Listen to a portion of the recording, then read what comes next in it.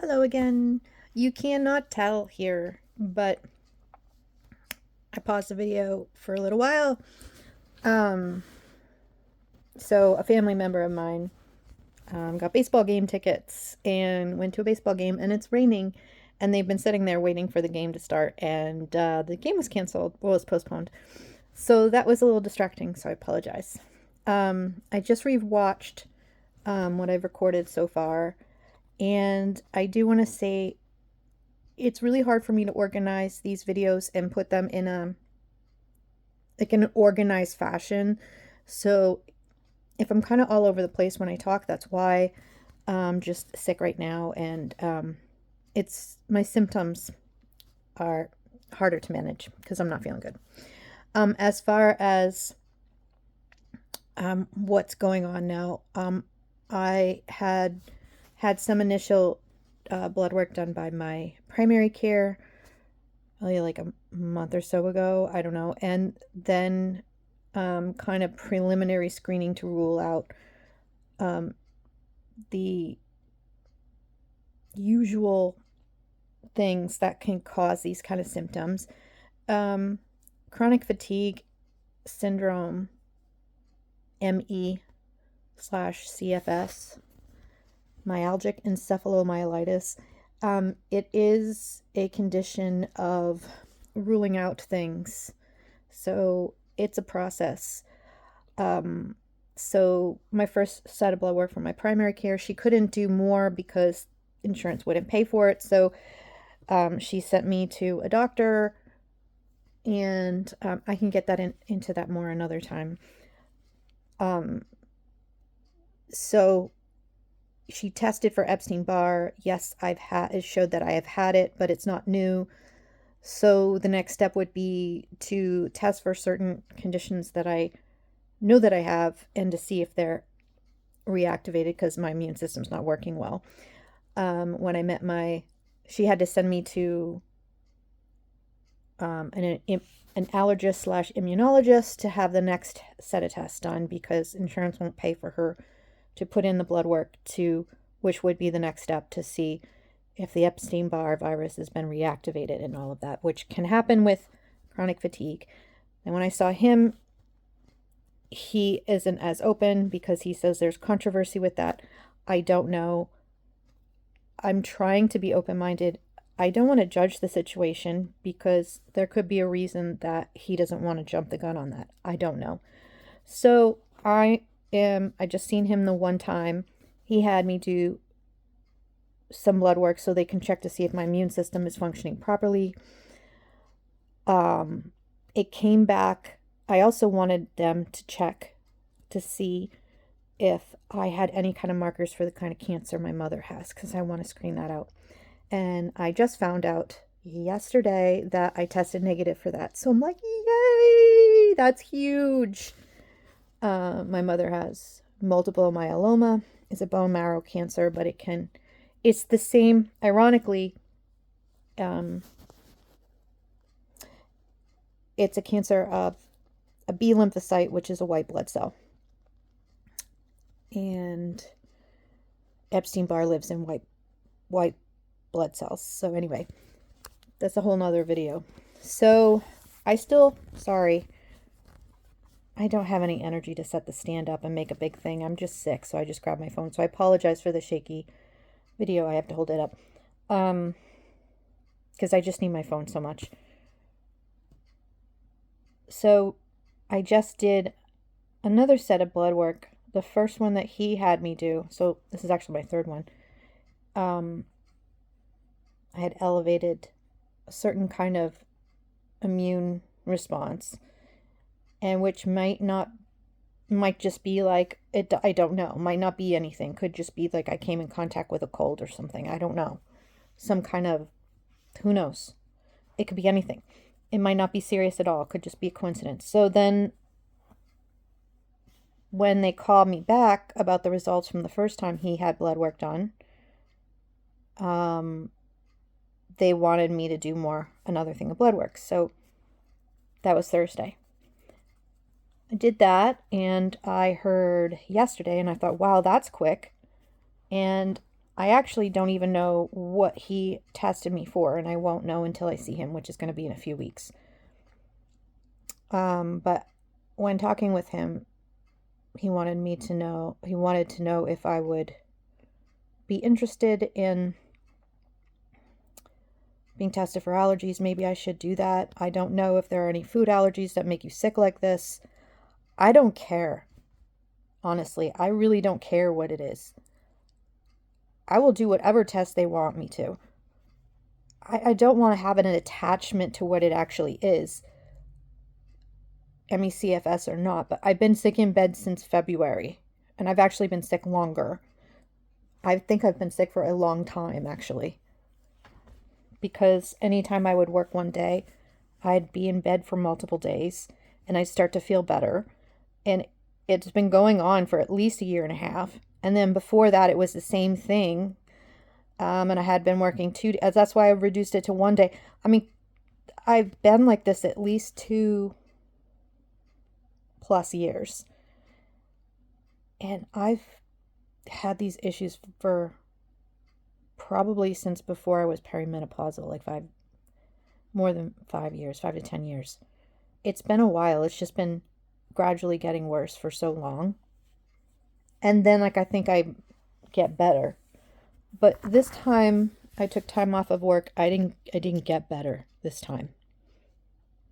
I have better days, but then I have to pay for it the next day. So yesterday I did the dishes twice. I slept a full 8 to 9 hours. I'm starting to track it a little bit. I really don't have a lot of energy to do that. And I went back to sleep like 10 or 11 this morning, and I slept till after 2 to 3. I was a nursing student. I know that resting too much isn't good for you. If you rest too much, you're just going to be exhausted anyway. You need to push against things. But with this, you can't. That's what's frustrating. So just doing the dishes yesterday, I paid for that today. So there's things I have to do. I want to go to this. It's Mother's Day tomorrow. I need to take a shower. I want to go up and say hi to her and figure out if we're going to do anything. And I don't think I'm up to leaving the house. I want to get her a card. We didn't do anything for her birthday. We didn't do anything for we kind of did something for my birthday. I kept pushing it off because I didn't want to. I think that's when I was starting to get sick again, like sick. So, yeah, it's a lot. This blood work came back. The good news is I don't have multiple myeloma, so that is great. I didn't think I did, but I'm for being proactive. It's better to be proactive than to, prevention is good. So this time, the blood work showed that IgM is still elevated. I don't know what that means yet. I know it's a type of antibody. I know it's that my body thinks it's fighting something. I don't know how new it can be because I don't feel any different at all. It's the same crappy feeling I've had for months. So that's the beginning of February is when I I had to do a leave of absence. I was hoping to prevent that.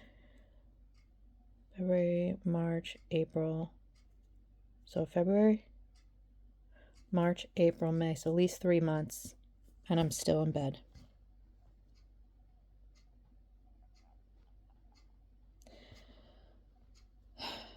I don't know if I can go back to work. There's no way I can go back to work. I don't know what to do now. I'm going to have to talk to I don't even know if I could get out of the house to go down and talk to him. I don't even understand why just the act of getting dressed takes everything out of me. If I go to get up to get dressed to leave the house, I have to lay down again.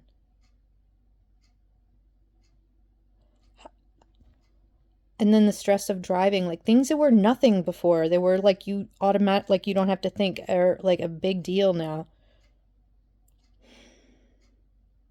Anyway, so I guess I'll find out in a few weeks when I see him. He didn't seem concerned, which is not helpful. But he's a doctor. I don't assume I know more than him. I'm going to try to do my proactive thing and learn on my own, like, what causes that. It could be anything. Like, it could just be something small, like some kind of virus in my environment would be, or it could be the ME/CFS that has chronic inflammation and you have a dysregulated immune system. That could do it, because then it would be activated like that. And that is so there's multiple things, and we can do that in another video because I'm still learning. So if your body thinks that it's fighting something, or if you're run down and you have a pre-existing virus like Epstein-Barr, I don't know if COVID can come back and be reactivated if you're run down. You know how like people who have had chicken pox can then get shingles later? It just never leaves your body. There are a lot of viruses like that. And a normal healthy person, you go through having mono when you're young and you don't think like you'll ever have to worry about it again. You know? I'm just sad that he didn't even want to test certain things that I know that I already have just to see if they're activated. Like, that shouldn't be hard. Like, why would you want to rule that out? I just met him the once. I shouldn't even be talking about this, you know. I'm not going to mention who or where. Well, also for my own privacy. But, you know, out of respect for people who work really hard to try to help people be well. I'll do my due diligence and try to learn more as I go. There's a couple of things that can cause that. And if your body's not functioning properly and you have that kind of inflammation and your body's like on this high alert when it shouldn't be, it diverts energy from your food towards getting ready to wage a war against some virus instead of it going to your brain and being well and other things. So that can cause it. Mast cell activation is another thing that sometimes, I want to say, I learned about that. Well, my counselor had mentioned that to me. So, I kind of have to learn about it when I'm feeling up to it. So, I go down rabbit holes and I don't know how to moderate my hyperfocus, and my energy isn't there. So it's sporadic. I might have some days where I'm just laying down and I'm just on my side with my phone like this, reading, just scroll, like going and talking to Gemini, looking, and I'll have him give me the sources so I can read it myself. But I can't even double check stuff. I can't do it. I can't.